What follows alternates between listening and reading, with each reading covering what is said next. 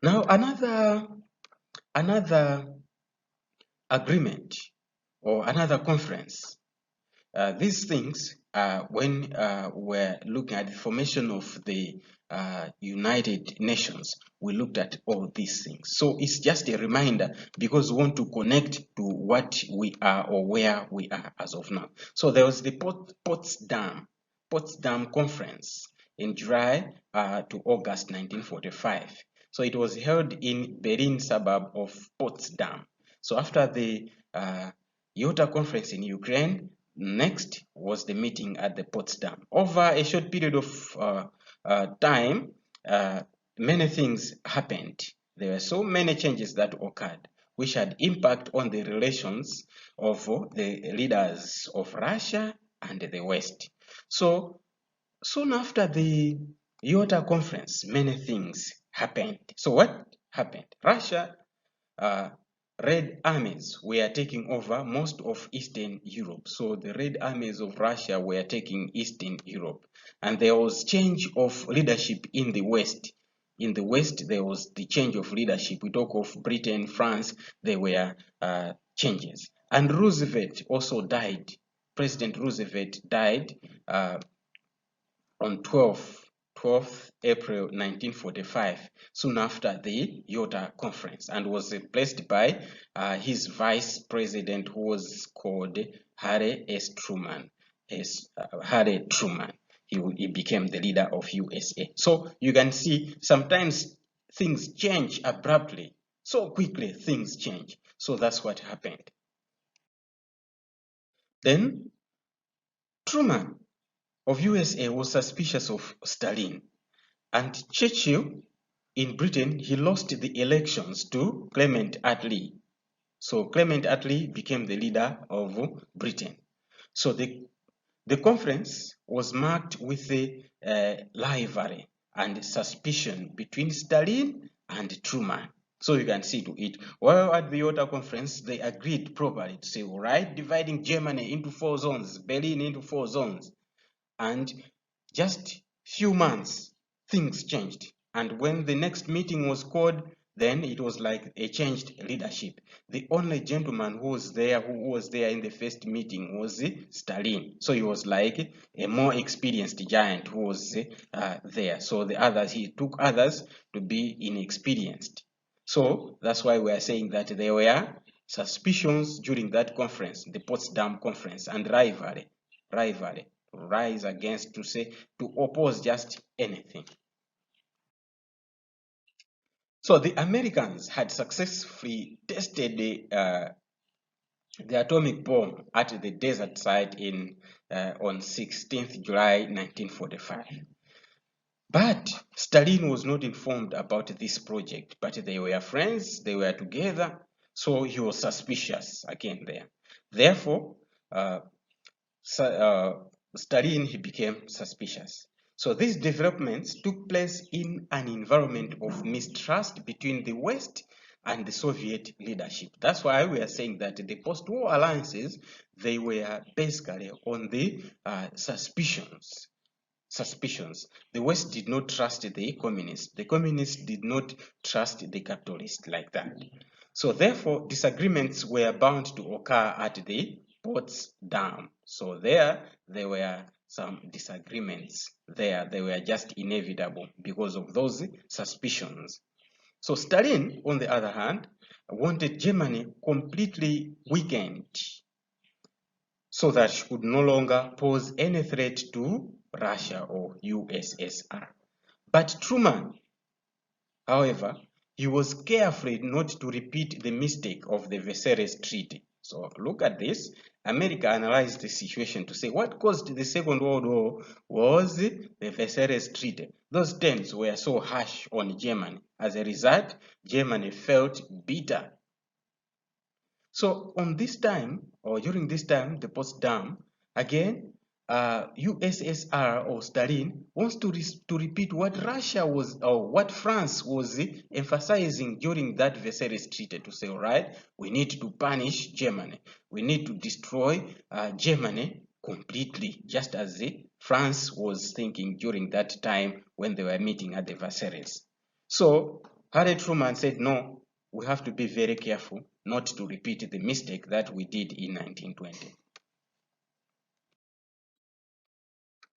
Stalin, on the other hand, wanted compensation from Germany, just exactly what France was after, just after the First World War. So these two would be repeating the mistake of 1919 conference. Truman was suspicious, was so concerned with Russia's intervention. So Truman was concerned with Russia's intervention in Eastern Europe. Russia was just doing things without maybe consulting our friends. So with that, Harry Truman, or USA, was concerned with what Russia was doing. So you can look at this statement by Truman. So he once said this statement. So he said, we have to get tough with the Russians. They don't know how to behave. They are only 25.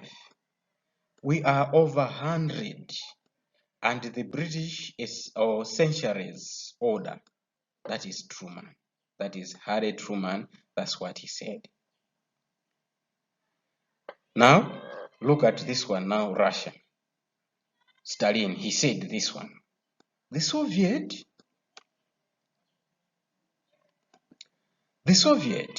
government is alarmed by the attitude of the US, or of the US government.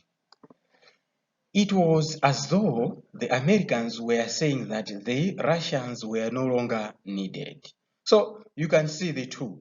These are pure conflict of ideas, to say, while the other ones, they are saying we need to get tough on these ones. They are very young. They are only 25 years old of independence. But look at us. We are over 100 years of independence. The British centuries, but they are behaving as if they are older than us. So with that, the Soviet is responding to say, no, it is as though the Americans are saying that we are no longer needed because we are very young. So that is pure conflict of ideas. Now let's look at the spread of communism. So when Germany was about to be defeated, here we are talking of 1945. That is during the Second World War. So when Germany was about to be defeated, then Russia started to occupy and convert most of the countries that were taken by Germany. That is, we talk of the Balkans as well as East Europe. So Russia was busy converting those countries into communist states. So sometimes you see when things are not going on well, then say things are not really working this time around, and it is seen. So Russia took that advantage to say, all right, this time around, even Germany can confirm that things are not working to their side. As a result, then Russia embarked on grabbing all those territories that were taken by Adolf Hitler. So we talk of Poland, we talk of many other areas. So that's why here we have mentioned of the Balkans and the East Europe. So we talk of many of the areas or countries that were taken by Adolf Hitler or Germany. So towards the end of the war, then Russia started to convert all those areas or those countries into communist states. But what happened was that this action, it angered the Western countries. France, Britain, USA, they were not happy with what was happening there. So the reason was that they were afraid of the worldwide spread of communism. So that's why they did not like that action that was being done by Russia after she saw that Germany now is going down. Therefore, let's take this advantage to spread communism throughout Eastern Europe and all other areas. So the Soviets, on the other hand, they feared the West overthrow of communism, just as it was during the Russian Civil War. Remember the Russian Civil War in 1918 to 1921. During that time, the Western countries, they interfered in that civil war because the Western countries, they did not like the system of government that was introduced by Lenin, that revolution government. So they did not like that. Then they intervened. So this time around, Russia feared also the repetition of that one, to say, all right, should we just wait for the Western countries to settle these issues? You find that they are going to put capitalist governments in our area. So that's why Russia started as area as before Germany was defeated to spread that communism. So we are saying, on the other hand, it was because they were afraid. They were afraid of the capitalist West. So that's why they did that. Now, here we are going to look at the Iron Curtain speech. This one is so common. Should you try to Google be it on Wikipedia, just Google Iron Curtain speech.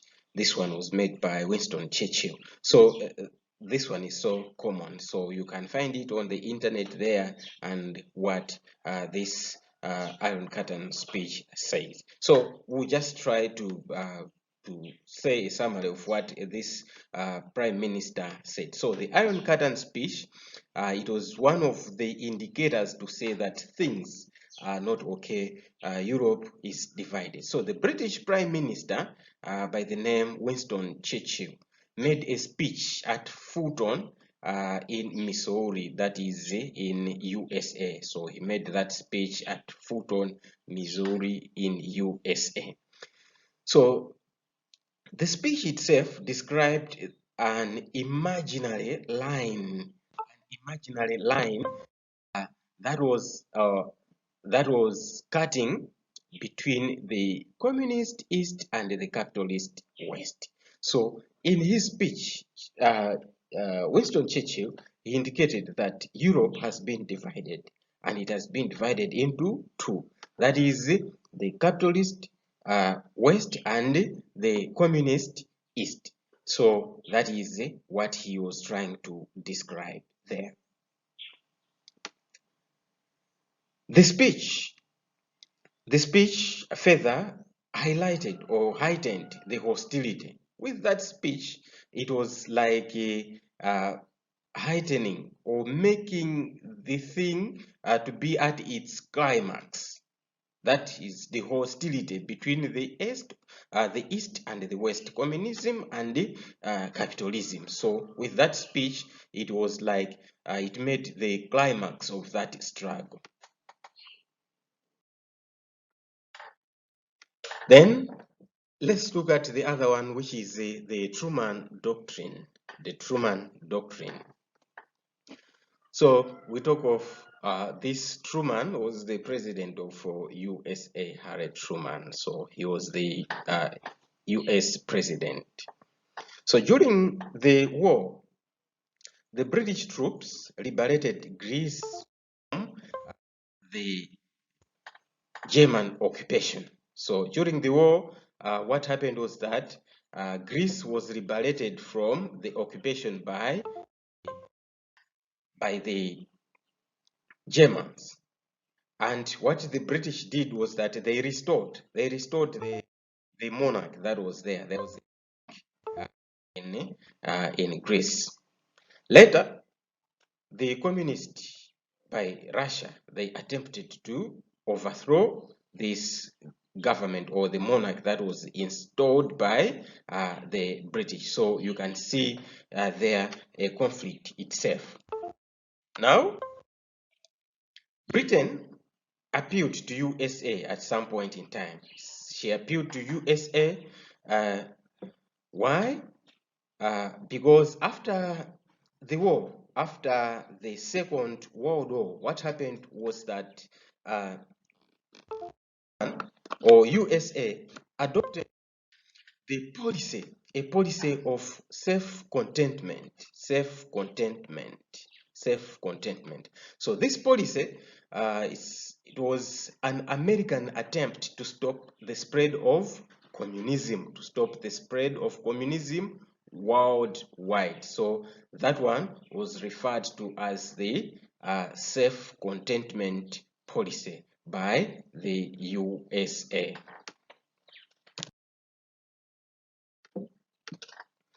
So what happened was that on 12th March 1947, Truman responded to the British request to assist Greece.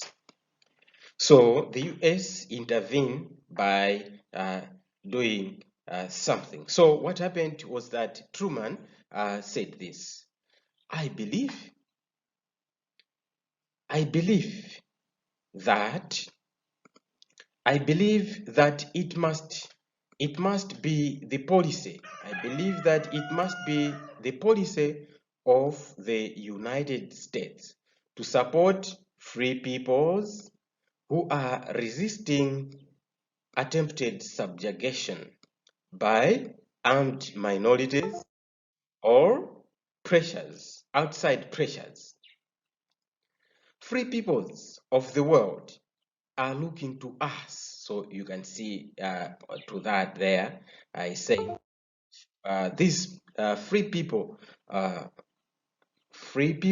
of the world are looking to us for support and maintaining those freedoms.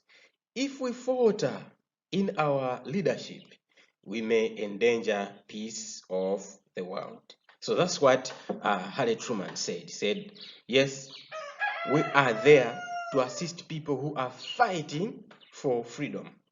Freedom from maybe the suppression from the armies, maybe armed minorities or outside pressures. Now, he also maintained that the US is there to assist those people because the world is looking, or many countries are looking forward to their assistance. So if they falter, if they make errors, they make those errors in their judgments, then they may endanger peace of the world. That is a very, very great statement if you can look at it now and again. If we falter in our leadership, we may endanger peace of the world. That's why even maybe up to now, any wrong judgment by USA, it causes the world maybe to be afraid, to say, all right, is the world going to be, are we going to be living in peace or not? Any mistake in the decision by USA affects the world. So we see that one. So Harry Truman, 1947, he also did the same, to say, right, if we make a wrong decision, then we are going to endanger the peace of the world. So they were there. He was speaking this statement in supporting, to say, right, they need to free Greece from the suppression, outside pressure of the communist, just as it was, to say, much as in Greece, there was the monarchy installed by the British, supported by the British, but later on, we see to it that through communism, the pressures of the communism, they wanted to take over Greece. So that's why USA responded in that way. So in response to the British appeals, then Greece received the American military as well as economic support from USA. So that is in response to the Truman Doctrine there, as we have seen. Then The next country to receive such aid was also Turkey. Turkey was to receive the similar assistance. But all this action was not good to Stalin. So Stalin interpreted this as a threat to communism. So to him, to Stalin, he thought this action, it was just a threat to communism because the assistance that was the USA was given to that had given to Greece, and it was also to be given to Turkey, then that one, it was a complete threat to the spread of communism in Eastern Rome, in Eastern Europe.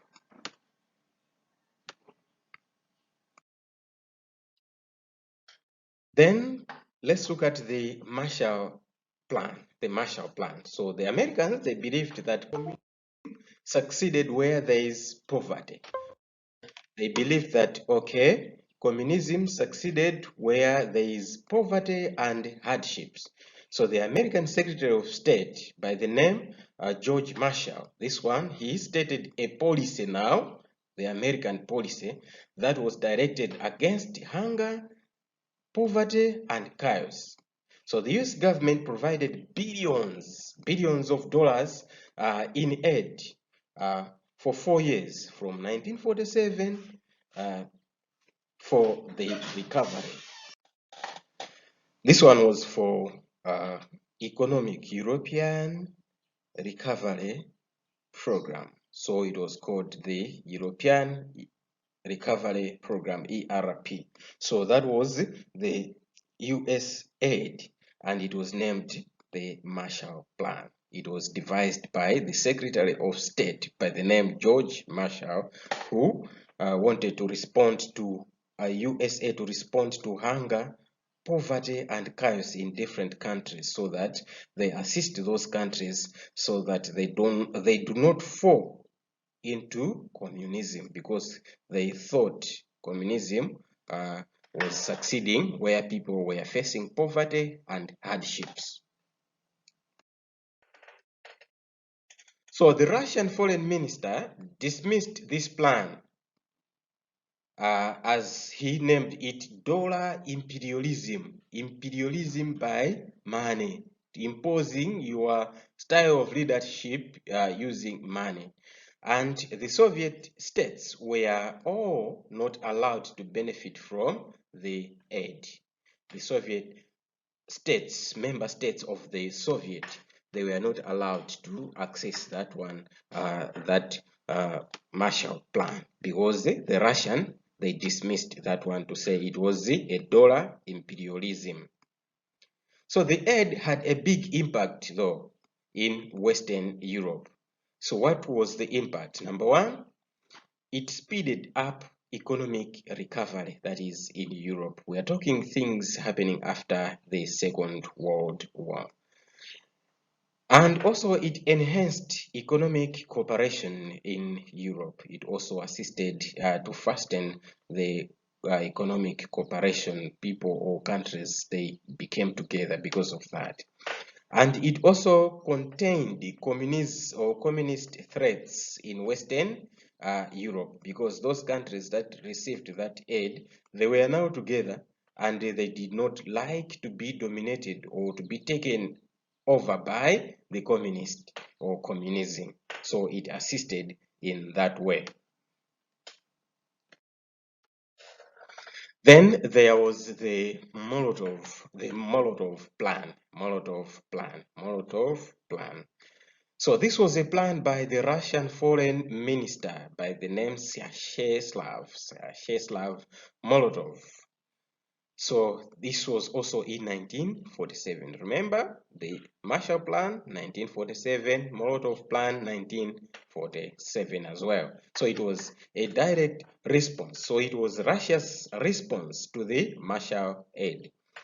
So it was the first Soviet step towards economic cooperation. So this one, it was like a copy of what the capitalists have just done to say, all right, in order to strengthen the capitalism, we have to issue some aids. We have to give some aids to people or to countries so that they do not fall under communism. So this one again, it was also the response of communism to say, all right, if we want to contain the spread of capitalism, to say they need not to spread into our territories, we need also to do the same. So it was a set.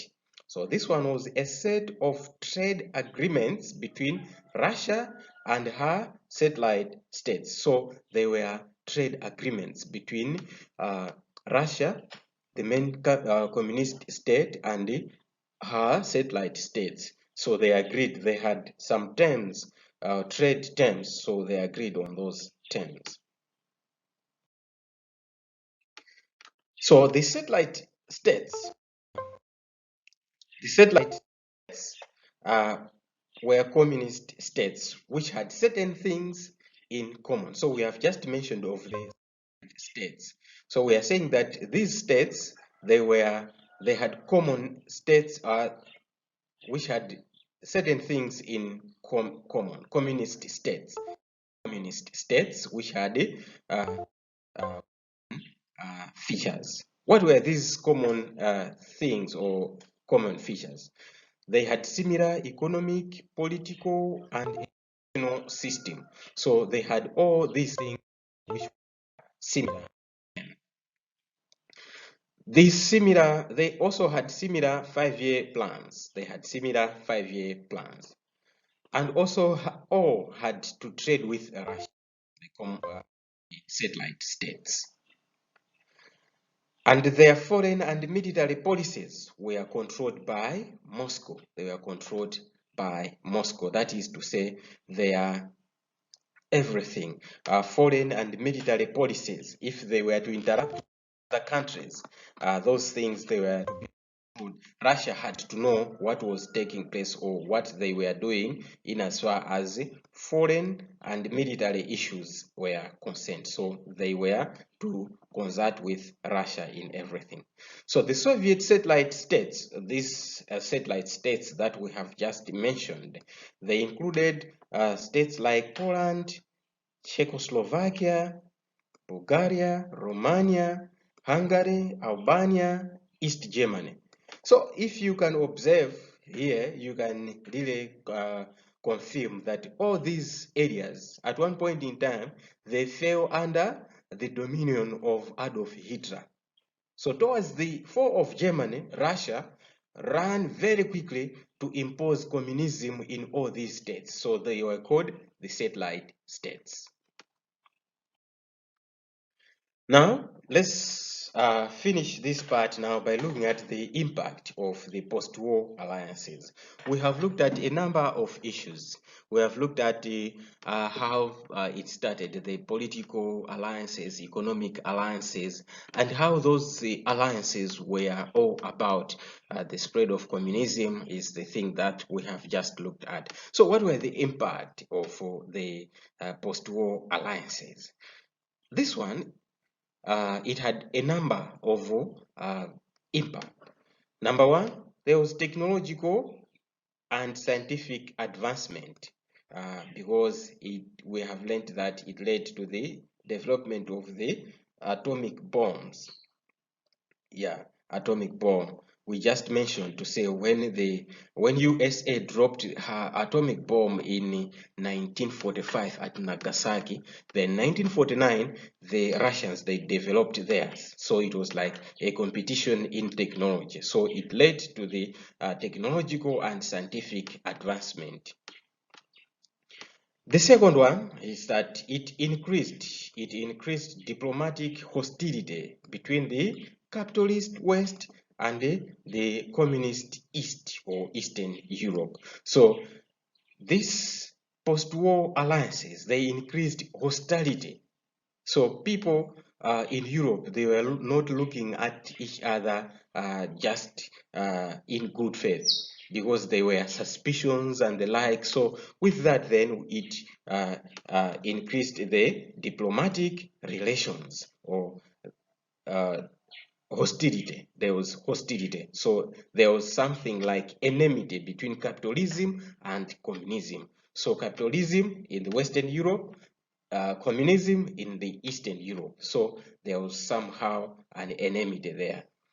And it resulted into the Cold War. So it resulted into the Cold War, a war, a continuation of what we are saying here, that is the alliances. Then it resulted into the Cold War, a crash of ideas.